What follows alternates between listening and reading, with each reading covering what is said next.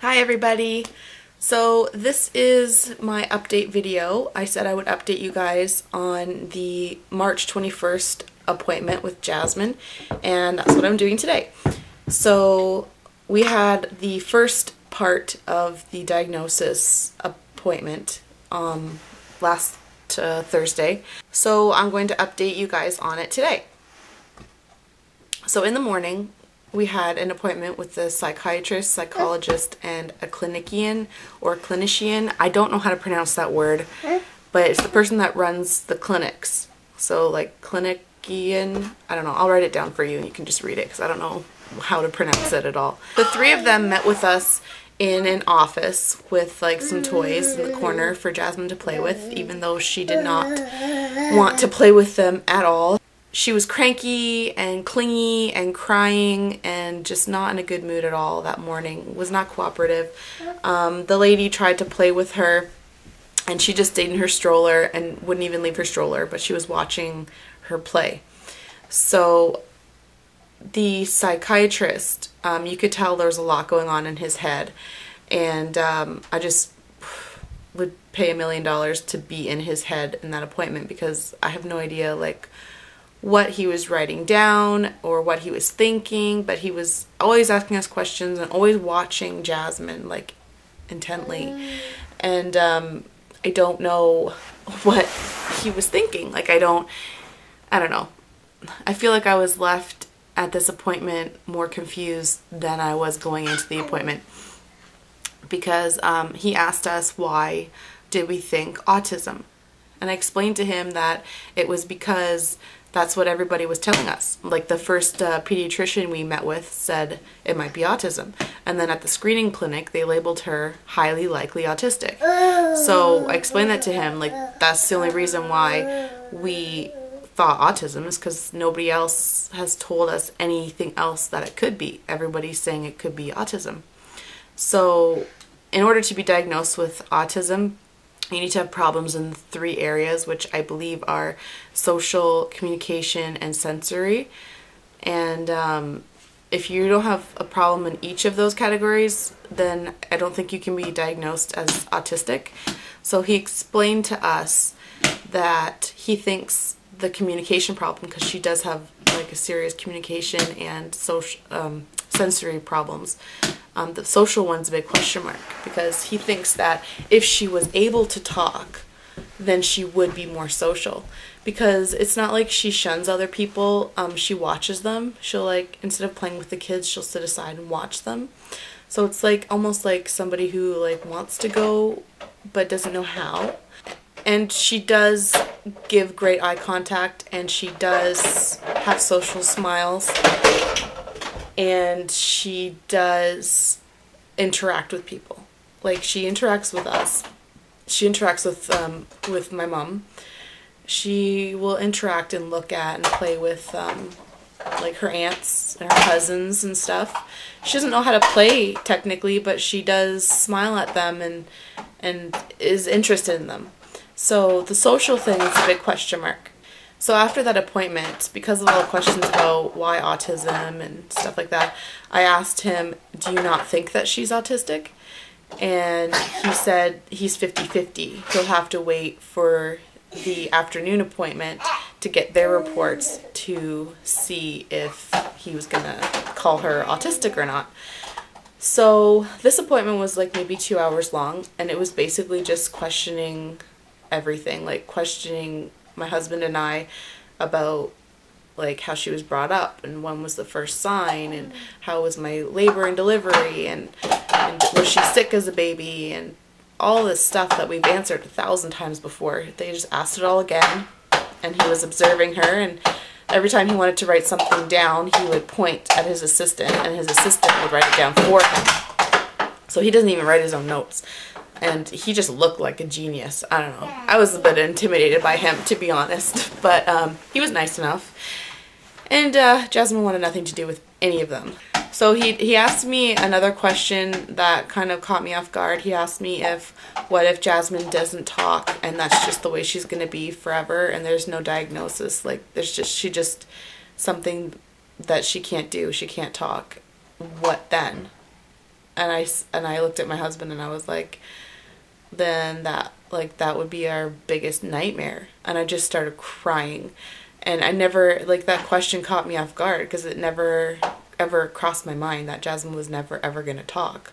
So it never crossed my mind, and him saying that really upset me, and I started crying. And then there was this awkward silence and me sobbing for a little while, and then they started being nicer to us after that. I don't know, I guess they saw us as more human beings than, I don't know, another patient, and they were a lot nicer to us after I started crying for some reason. Jasmine had a little bit of lunch, and she might be TMI, but she had a big poop, and then she was in a great mood. And the afternoon appointment, we met with a speech-language pathologist and an occupational therapist. And this room we were in was like more of a playroom. It was colorful walls, toys everywhere, like little tables with little chairs that she could sit at and stuff like that. And all they did was, like, they studied her, but while playing. So Jasmine just thought she was playing, and she was in the best mood ever. And she was responding to them and smiling at them and laughing with them and trying to do the things that they asked her to do, like some of the stuff she couldn't do, and they were taking notes in between and stuff like that. But yeah, she responded really well. She did things in that appointment that I didn't even think that she could do, like shape puzzles, things that she just doesn't do at home, but she would do there. She was doing it there. And I have some footage I'll probably insert here to show you guys some of the stuff she was doing. She doesn't use them like that.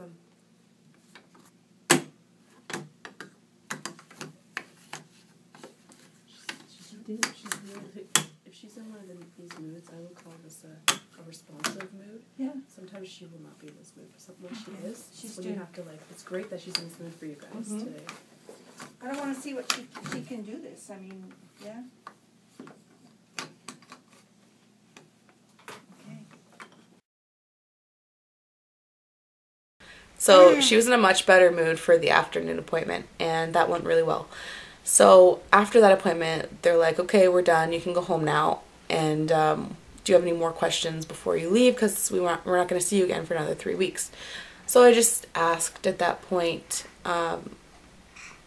what do you think, what level do you think she's on, and blah blah blah. And they explained that they couldn't tell me right now because they have to go over their notes, and they have to go over the notes from the morning appointment, and they're going to get all the 5 people that we saw, they're going to get all their notes together and create a big massive report, and then the next appointment we're going to talk about their findings and give a diagnosis if there is one to give, and if there isn't one to give, explain why and stuff like that. So, like, the next appointment pretty much we're going to be getting answers. This appointment totally threw me off. I was more confused after the appointment than I was before the appointment, and it just really, I don't know, my husband thought it went great. And he's like, if you ask him, he'll be like, oh, it went fantastic. They don't think she's autistic anymore and blah, blah, blah. And I'm just thinking, like, I'm thinking the opposite way. I'm like, I didn't think it went very good. I'm more confused now than ever. Like, if it's not autism, then what is it? And if it's nothing that can be diagnosed, where does that leave Jasmine?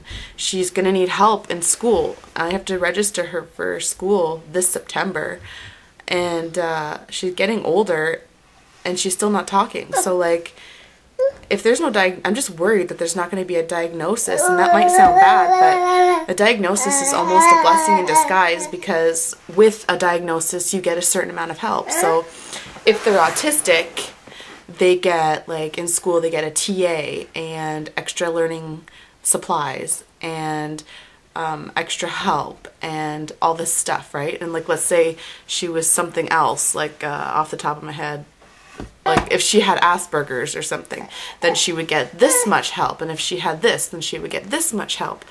So I'm just hoping that there is a diagnosis so that we can fix it. If there isn't a diagnosis, I don't know what I'm going to do, because I would feel like sending her to school would just be setting her up for failure because she'll be treated like a regular student, and she's not going to be a regular student. She's going to be 3 in a few months coming up, and she's still not talking or communicating. And I don't know, it just worries me that she might not get a diagnosis or something. But then again, I could be totally just being a worried mom, and like I don't know. I really don't know what to think, if I can be honest. I don't know what to think, and it's driving me up the wall. And so I'm just like anxious for this next appointment to come, and hopefully we'll get some good news. And by good news, I mean acknowledge a problem so we can have a solution. That's basically what I'm trying to say here. I'm sorry if it sounds all jumbled and confusing, but that's how my mind is right now. I'm jumbled and confused. So it might not be autism, which is good. It might be something else. I just hope that it is something else so we can fix it. Anyways, that's about it for my update. Now the next appointment is April 11th, and I will update you guys on that one, obviously. And I've been calling these things autism update number whatever. I don't even know if I should call it autism update anymore, because I don't know if it's autism. I'll probably call this one diagnosis appointment part 1, and then I'll put the other one as diagnosis appointment part 2. And then when we get a name for whatever it is, then I'll call it that. So that's about it for now. I have to go tend to a hyper little boy right now. So I will see you guys later. Bye! And look, who's that? Who's that? Hi. Hi. He wanted to join us. He went ba-ba. Ba-ba-da-ba-da-ba-da-ba-da. Boo. Boo. Boo. Boo. Ba-ba-ba-ba. Boo.